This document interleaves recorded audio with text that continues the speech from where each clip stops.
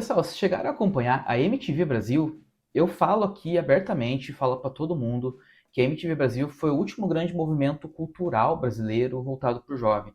Eu acredito que foi o maior movimento cultural que a gente já teve no brasileiro voltado para essa cultura jovem, pop, e trouxe várias vertentes que moldou toda uma geração que a gente tem isso até hoje muito forte aqui no Brasil. Então, a MTV Brasil é um case espetacular que a gente tem de cultura, de organização, de conteúdo voltado para um público muito segmentado ali e fez um sucesso estrondoso na época, assim, sabe? Então, com certeza você lembra de várias coisas, se você tem meia idade ali, se já passou dos 30 ali, você lembra do João Gordo expulsando o Camelo do estúdio, VMB, Caetano Veloso xingando as pessoas, várias coisas aconteceram, briga do João Gordo com o Dado Dolabella, enfim, várias coisas reverberam até hoje por causa que a MTV era muito forte culturalmente. Então eles chegavam, conversavam direto com o público da maneira que o público queria e eles entendiam isso muito mais que qualquer algoritmo, qualquer sistema, qualquer IA, porque eles se conectavam muito com o público. Por isso que eu falo, esse foi o último grande movimento cultural que a gente teve de uma empresa e talvez a gente não tenha mais isso aqui, que é uma pena. É uma pena que a MTV não exista mais hoje em dia da maneira que a gente acompanhava, mas enfim, é um movimento que a gente precisa olhar para isso e tentar tirar lições daquilo ali. E é o que eu vou fazer um pouquinho nesse vídeo. Vamos lá? Então, assim, a MTV Brasil, ela chegou aqui no Brasil em 1990, né? Ano que eu nasci, basicamente, né? Então, 1990 foi um ano muito bom para o Brasil, né? Então, o primeiro programa foi apresentado pela Astrid Fontinelli, então ela abriu a emissora e, tipo, lá, e engraçado que lá 2013, quando fechou, ela fechou também a emissora, né? E era uma parceria da Abril com a Viacom, né? A Viacom, que hoje é o grupo Paramount, né? Então, não vou explicar o que aconteceu com o grupo Viacom, né? Mas foi várias fusões e desfusões, juntaram e agora eles assumiram o nome do grupo da Paramount. Então a Viacom comprou a Paramount lá atrás. E eu acho que foi o primeiro canal segmentado por jovem brasileiro. Então a gente tinha anos 80 ali, vários canais que foram surgindo, né? Canais piratas até. Tem um documentário no canal 90 falando sobre os canais piratas do Brasil. Então aconteciam movimentos culturais voltados para a comunicação muito diferentes na época de 80, né? Em 90 a gente teve um boom muito grande disso, voltado muito pela MTV, trazendo a MTV como uma TV a cabo e uma TV parabólica, né? Então, sinal de parabólica, eu nem sei se existe sinal de parabólica ainda hoje em dia, né? Mas foi trazido isso pro Brasil. No começo era muito conteúdo gringo, né? Então a MTV já existia fora do Brasil, né? Desde a década de 80. 70% do conteúdo era gringo e 30% era produção cultural. Mas o conteúdo gringo que chegava aqui pra gente não era como a internet hoje, que a gente abre o YouTube e vê lá o MrBeast, vê um monte de coisa, né? A gente tinha muito conteúdo novo aqui, que acabou moldando muito essa cultura, mas muito conteúdo produzido pelo brasileiro também, as duas coisas foram se juntando e criou um movimento muito legal do jovem, assim, que moldava muito o comportamento deles, né? Então, sim, vamos pegar pela parte de música, né? A parte de música, ela juntava muitos estilos ali, a gente sempre foi muito acostumado dentro das TVs, e hoje em dia isso aqui é muito forte, né? Falar de sertanejo, falar de samba, pagode e tudo mais. Por mais que na década de 90 a gente tivesse muito espaço pro rock nacional, né? O rock nacional era muito forte.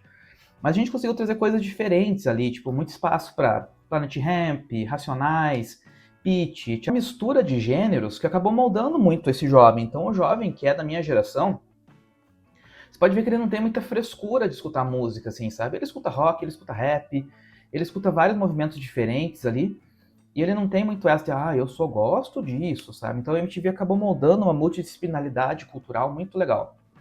A gente teve os acústicos da MTV, foi uma coisa que trouxeram de fora, e fora do Brasil isso aqui é muito forte. Eu cito aqui o acústico do Oasis, né? Que, enfim, o Liam Gallagher bebeu todo, chegou lá e não conseguiu tocar, não conseguiu cantar. E o Noel arrebentou aquele dia, ele fez, eu acho que a apresentação da vida dele ali, tocando, entrou no centro, ele tocou sozinho, arrebentou.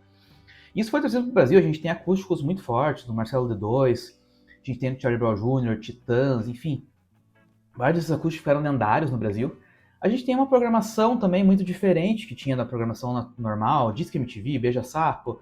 Eu lembro do Hermes Renato. Hermes Renato pra mim é minha base de humor, assim, é o Hermes Renato, né? A gente tinha o João Gordo, com vários programas que ele tinha, Gordo a Gogô e tudo mais.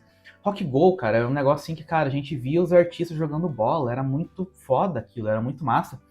O Desimpedidos tentou copiar uma fórmula ali com os influencers depois, E funcionou bem nos primeiros anos, mas depois os influencers acharam que eles viraram jogador de futebol e ficou uma bosta aquele programa. Enfim, piores clipes do mundo, Marcos Mion, enfim, Marcos Mion raiz ali, sabe? Foi muita coisa que aconteceu ali que era tipo, eles se conectavam com o público, mas era um negócio assim, parece que era meio que tipo, e se a gente fizesse dessa forma? Se a gente fizesse dessa, assim, sabe? Eu acho que era muito teste, muita coisa, assim, até porque tem muito programa ruim que não rolou, assim, sabe? Mas era muito teste e era muito escutar o público, assim, sabe? Então eles conseguiam se conectar muito com isso, assim, sabe? A MTV acabou basicamente pela crise do Grupo Abril, né? Então o Grupo Abril quebrou basicamente, né? Então teve uma crise muito grande, era um grupo muito grande de comunicação aqui no Brasil. A chegada da internet também deu uma fragmentada grande, então a possibilidade das pessoas produzirem conteúdo pro YouTube, enfim, a gente não tinha tanto aquela originalidade que a gente tinha, talvez as pessoas começaram a enxergar isso mais no YouTube, né? Eles tentaram o PC Siqueira como apresentador, tentaram puxar as coisas ali, eu lembro do Ronald Rios produzindo ali, enfim, era muito diferente o formato que ele fazia pra internet ali, e enfim, a questão do algoritmo também matou um pouco ali daquelas coisas. Tentaram fazer o MTV Overdrive, que era meio que o YouTube deles, mas o YouTube arrebentou com eles, né? Então, enfim, a emissora acabou. Eu lembro que um dos últimos programas que eles fizeram foi o último programa do mundo, que era com o Daniel Furlan, que é da TV Quase e tudo mais. E, cara, basicamente era isso, era o último programa do mundo. Eles não tinham estrutura, não tinham nada, era um cenário tosquíssimo, eles arrebentados, assim, e desenvolvendo texto. Então era. Putz, eles acabaram com genialidade, assim, sabe? Esse programa é muito bom, tanto que a TV Quase tá forte até hoje, né? Tipo, faz 12 anos que a MTV acabou e tá muito forte, né? Então, eu sinto que hoje, assim, eu acho que pros patrocinadores e tudo mais, tudo precisava de uma performance e tudo mais, que a MTV não tinha isso. Talvez ele não tivesse sentido comercial, eles pensassem muito nessa produção de conteúdo, assim, sabe? Então a MTV acabou muito por isso, assim, sabe? O que eu vejo, assim, que a gente tem que olhar para a história da MTV e tudo mais? Eu acho que primeiro é resgatar essa história, olhar para essa história e ver, cara, que legal que a gente viveu isso, que a gente viveu uma época de MTV, a gente tinha liberdade para consumir conteúdos diferentes, a gente se abria para conteúdos diferentes. E na minha parte, que é a parte de estratégica, branding e tudo mais, né? A MTV era uma marca muito forte, né? Então, cara, as pessoas usavam camisetas da MTV. Eu tenho uma camiseta da MTV até hoje, eu devia ter gravado com a camiseta da MTV. É, era uma marca, tipo, você assiste a MTV, tipo, era uma tribo que foi criada em volta da MTV, que era muito bem feito isso, assim, sabe? Então, eles tinham uma identidade visual muito clara, era mutante, as animações deles eram maluquice, assim, sabe? Era muito diferente do que a gente via na TV. Som, tom de voz próprio, então eles tinham uma marca que era muito forte, assim, sabe?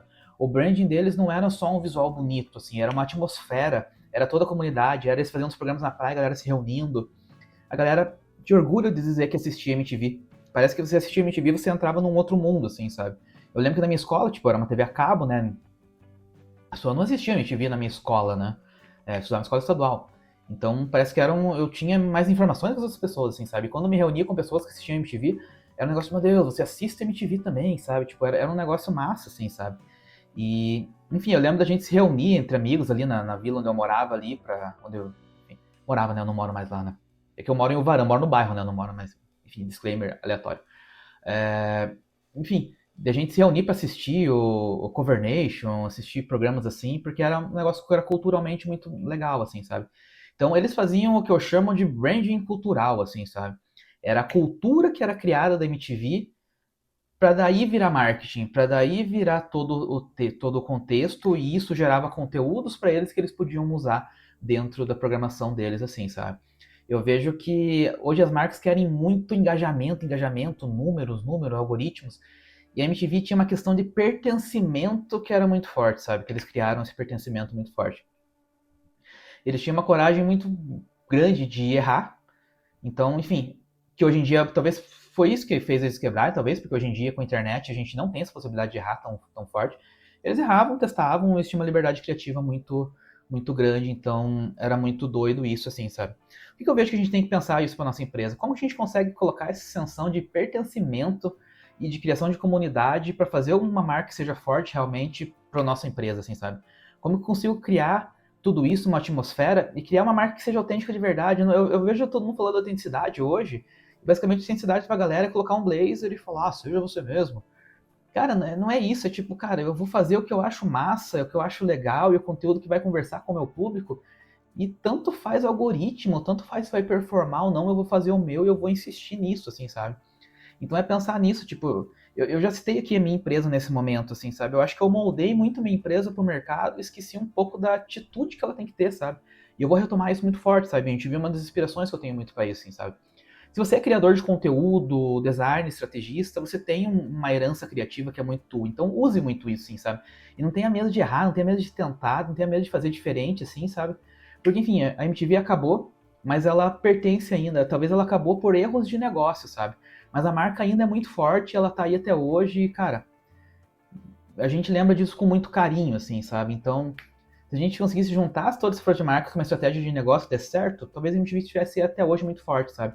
O que faltou foi isso, mas a marca eles acertaram muito, muito bem, assim, sabe? Então, enfim, toda vez que eu falo de MTV eu fico saudoso, eu fico tipo, cara, que legal que a gente viveu isso, mas, enfim, é a gente tirar lições disso, passar pra frente e tentar tirar as melhores lições possíveis disso.